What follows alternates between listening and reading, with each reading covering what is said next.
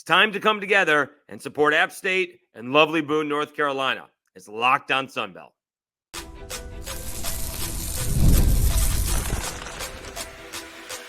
You are Locked On Sunbelt, your daily podcast on the Sunbelt Conference, part of the Locked On Podcast Network, your team every day. All right, Dave Schultz, Locked On Sunbelt, your team every day. Today's episode, brought to you by FanDuel. Place your first $5 bet and you'll get started with $200 in bonus bets guaranteed.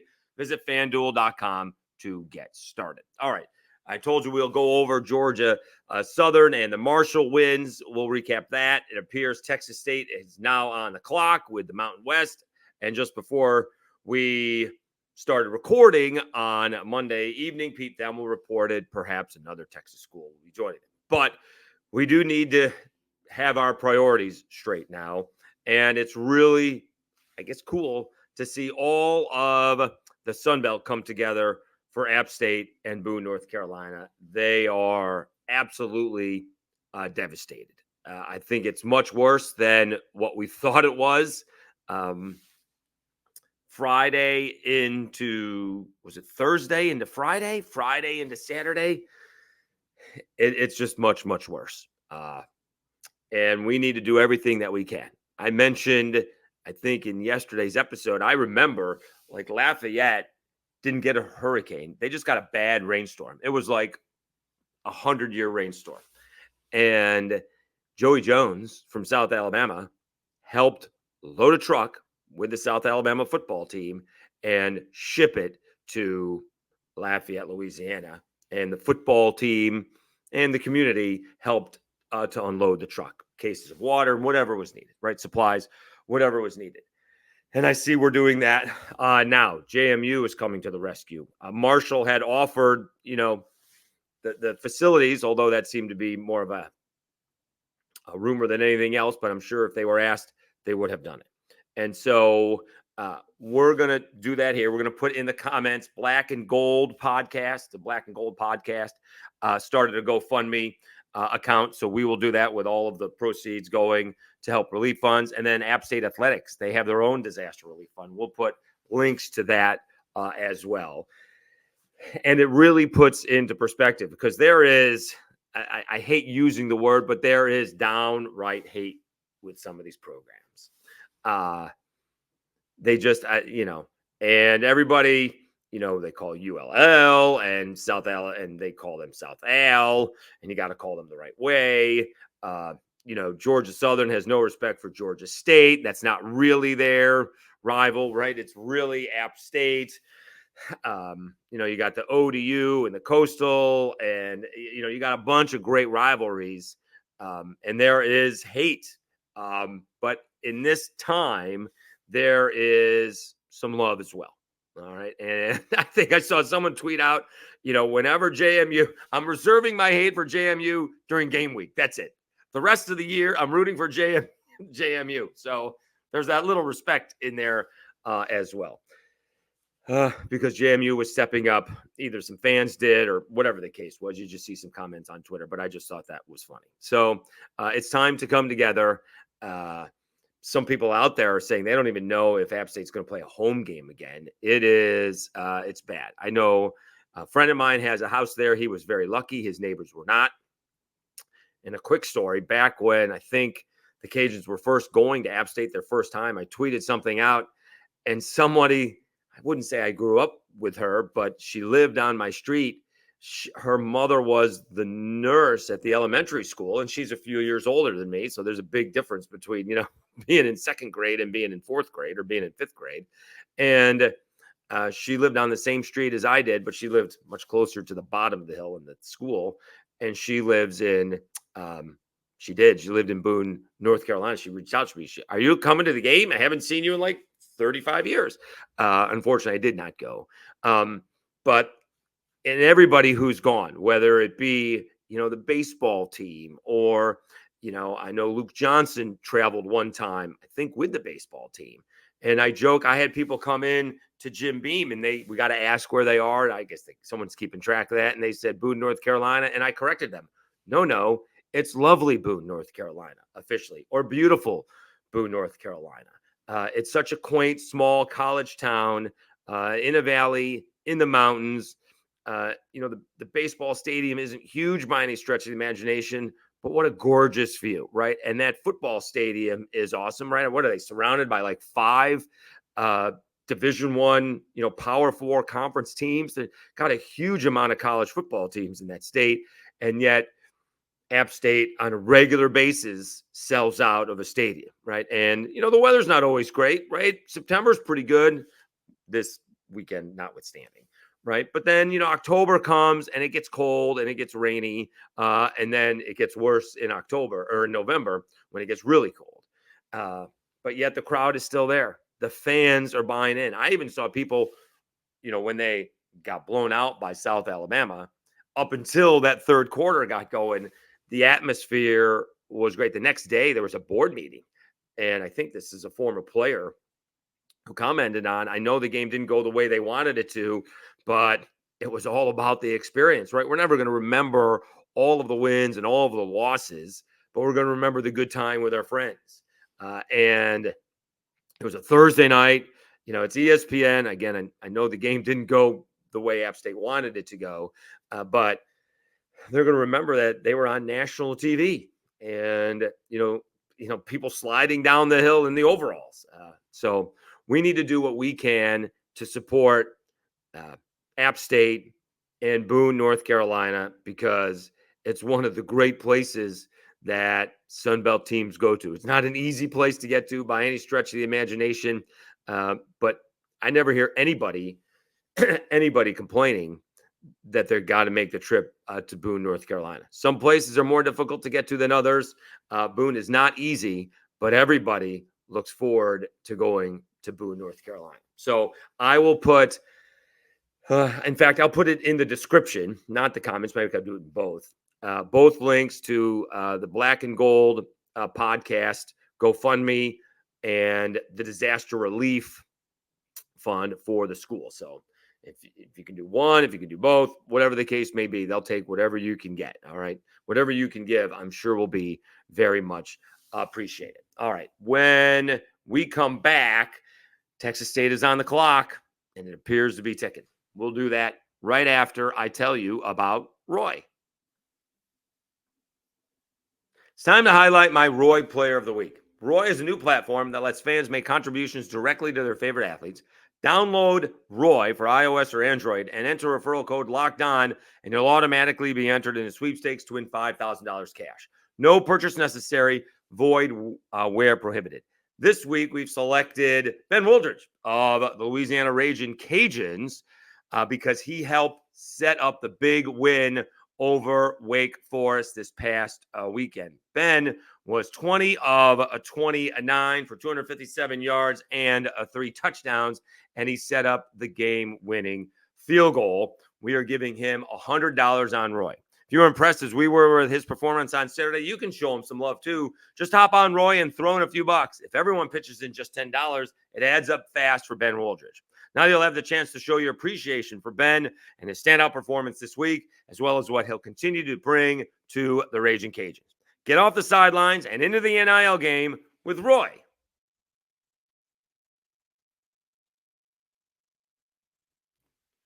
All right, Dave Schultz, Locked On Sunbelt, your team every day. Recording this on a Monday for Tuesday, and Texas State seems to be on the clock heading to the Mountain West. I said yesterday, I think it's a bad decision. Pete Thamel of ESPN reporting that UTEP also appears to be joining them. UTEP they would like to be in any conference anywhere, right? It has not been a very good program in a very long time. But now Texas State has a running mate to go with them, and it appears they're going to go. Again, I will stand here and tell you, do we even know if the Mountain West is going to be around in like 3 or 4 years? It barely exists right now. You're taking a huge roll of the dice if you're joining an 8-team conference. Maybe you get 10 teams.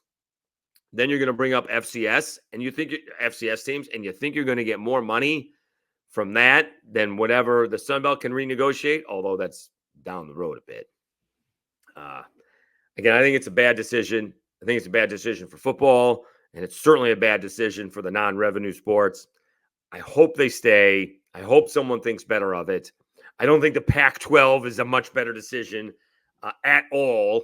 The Pac-12 will be a little bit more money, but not really all that much more money, right? It's not even P4-ish. It's G5, right? It's, sorry to say it, it's the relics of the Pac-12, Oregon State and Washington State. Nobody wanted them. Big 12 didn't want them. Big 10 didn't want them. ACC didn't want them. Nobody wanted Oregon State and Washington State. What makes you think that a TV network is going to take them and pay big money to watch Oregon State play Boise State, to watch Washington State play Colorado State? Nobody. So they're not going to get nearly as much money as maybe they thought they would. I don't think. I will wish Texas State the best, right? I think it's a up-and-coming program. They did always fun playing baseball there, right? It's not too many 1-0 ball games in that stadium. Basketball, they have a couple of regular season titles. I'm not sure they've pulled off a Sun Belt Conference championship yet in a tournament, but I know they've been good during the regular season a couple of times. And they were Sun Belt Conference softball champions this year. They overcame the Raging Cajuns. So they did win the Sun Belt softball championships. I mean, good luck. Good luck. I don't think it's going to work out. I don't think it's going to end well. If you set the over-under of the Mountain West 5 years, I'm taking the under. I don't think this ends well for the Mountain West, and we'll see if there's a change of heart. Again, nothing's been official as of Monday, 9:47 p.m. Eastern time. But if Pete Thamel is reporting that UTEP is close to joining the Mountain West, that's what Texas State was waiting for, because Texas State wasn't going to go out on a limb to be the 7th team in the Mountain West and left holding the bag when there's only 7 teams. So there's got to be 8 teams to be qualified as a conference. So that's what they were probably waiting for. We'll have to see if that's what happens, but I think it's too bad. I think the Sun Belt, if you could add some teams, and this is why you need to be proactive instead of reactive, and go get the La Techs and the Western Kentuckys beforehand. But it is what it is. I do trust Keith Gill, but he is more of a reactive guy than a proactive guy. And he's done great so far. We'll see how he ends up with this. And, of course, we'll see if any news comes during the day on Tuesday. I am off, so we could have an emergency podcast if something comes about. All right, let's take one last time out. We'll recap Georgia Southern and Marshall's wins. They didn't play against each other. When we come back after I tell you about FanDuel.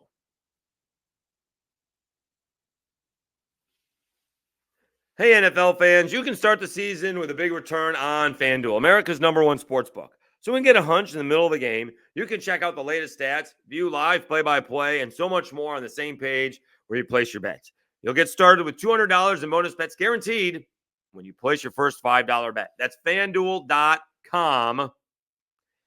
I hope you took the under in the Miami-Tennessee football game, and I use football game term very loosely.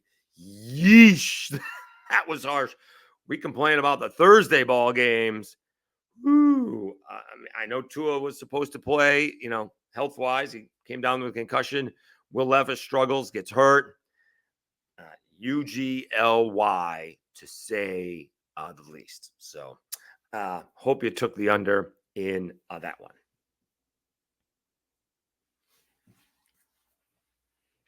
All right, Dave Schultz, Lockdown Sunbelt, your team every day. Remember, the links are in the description and in the comments from the Black and Gold podcast, along with App State itself for disaster relief funds. Please donate what you can afford to.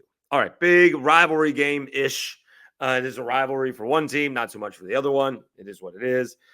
Georgia Southern beats Georgia State 38-21.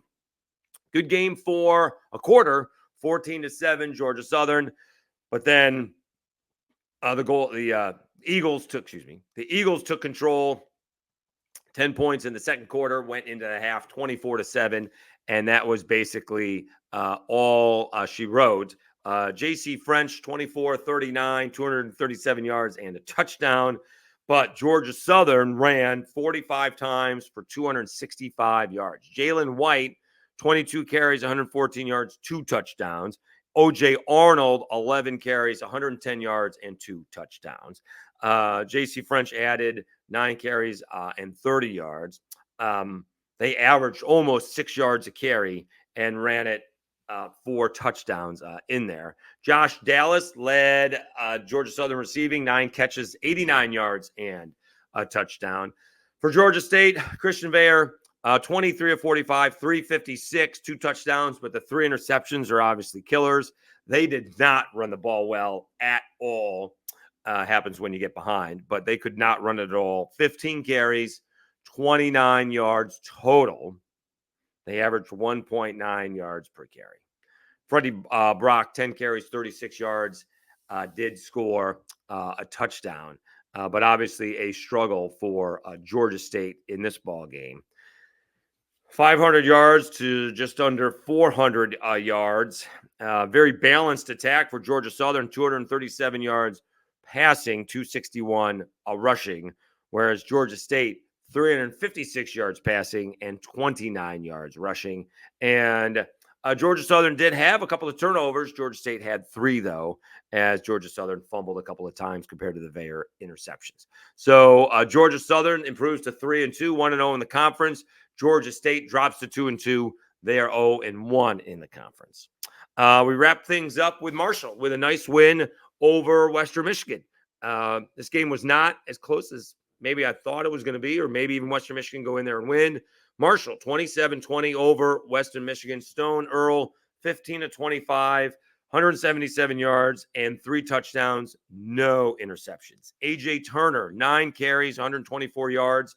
That's 13, almost 14 yards a carry, although nobody scored a rushing touchdown.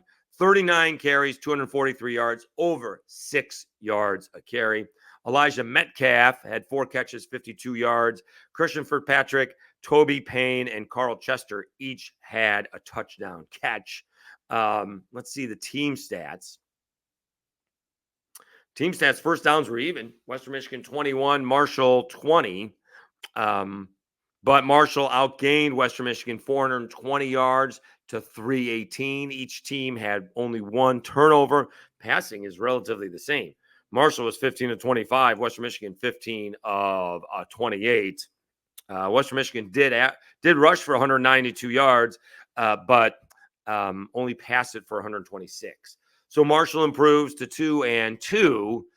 And I think App State is scheduled to play there. So we will stay up to date on if App, as of Monday, was still planning on playing in Huntington. Again, it was put out there on Twitter that they were going to go practice there. But I think that was our guy, Luke Creasy, beat writer for The Herd. I won't say poo-pooed that, but shot it down, that it hadn't happened yet. And no official request had been put in. So the big news is going to be, to wrap things up, we do anything you can do for App State and Boone, North Carolina. They're going to need it. All right. They're getting as much aid as they can, but it's really tough when all the trees and the power are down. And it's tough for the first responders to get in there to begin with.